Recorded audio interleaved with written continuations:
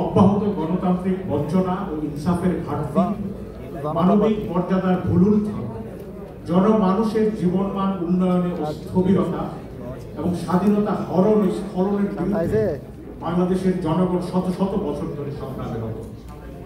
অপার সম্ভাবনার এই উর্বর বদ্বীপে অদম্য জনসম্পদের ধারাবাহিক লড়াইয়ের এক পর্যায়ে 1947 সালে পাকিস্তান রাষ্ট্রের জন্ম। কিন্তু তাকে ঘিরে মানুষের স্বপ্নকে পশ্চিম পাকিস্তানি শাসকেরা ঘুরিয়ে দেয়। ভাষা, সংস্কৃতি ও অর্থনৈতিক বঞ্চনার ফলে পূর্ব পাকিস্তানি জনগণ স্বাধিকার থেকে স্বাধীনতার লড়াইয়ে অবতীর্ণ হয়। 1971 সালে ঐতিহাসিক সশস্ত্র যুদ্ধের মাধ্যমে বাংলাদেশ বিশ্বসভায় স্বাধীন রাষ্ট্র হিসেবে জন্ম নেয়। কিন্তু তখনকার রাজনৈতিক নেতৃত্বের অদূরদর্শিতা, অপশাসন এবং জাতীয় ঐক্য বিরোধী কর্মকাণ্ড জাতির সামনে নতুন বিপদ হাজির করে। পাকিস্তানের সংবিধান তৈরির লক্ষ্যে 1970-এর নির্বাচনে গঠিত গণপরিষদ দ্বারা স্বাধীন বাংলাদেশের সংবিধান প্রণীত হয়। স্বাধীনতার ঘোষণায় সাম্য, মানবিক মর্যাদা ও সামাজিক সুবিচার প্রতিষ্ঠার স্বপ্নকে উজ্জ্বল রেখে ৭২-এর সংবিধানে ধর্ম নিরপেক্ষতা ও সমাজতন্ত্রকে মূলনীতি হিসেবে আনা হয়। রক্তস্নাত স্বাধীনতা যুদ্ধের মধ্য দিয়ে জন্ম নেওয়া একটি রাজনৈতিক জনগোষ্ঠীর সঙ্গে সে ছিল চরম বেইমানি।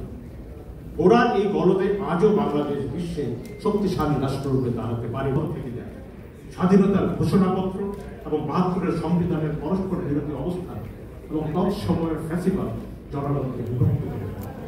ভারতের ব্রাহ্মণ্যবাদী চক্র একই সময় ইসলামকে মুক্তিযুদ্ধের বিপরীতে দাঁড় করানো বাংলাদেশে শুরু হয়ে যায় গৃহদাহ, যার রেশ আজও প্রকট। তদুপরি বাংলা ভাষা ও সংস্কৃতির বিকাশকে ধর্মের বিপরীতে স্থাপন করে জনগণের আকাঙ্ক্ষা, পারস্পরিক সমঝোতা ও সৌহার্দ্যকে নষ্ট করে ধর্মকে স্রেফ পরিচয় সর্বস্ব সাম্প্রদায়িকতায় পর্যবসিত করে দেয়। 1975-এর 7ই নভেম্বর সিপাহী জনতার জাতীয় বিপ্লব, 90-এর স্বৈরাচার ও বৈষম্যের বিরুদ্ধে গণঅভ্যুত্থান আমাদের ঐতিহাসিক সংগ্রামের একটি কালজয়ী পর্ব।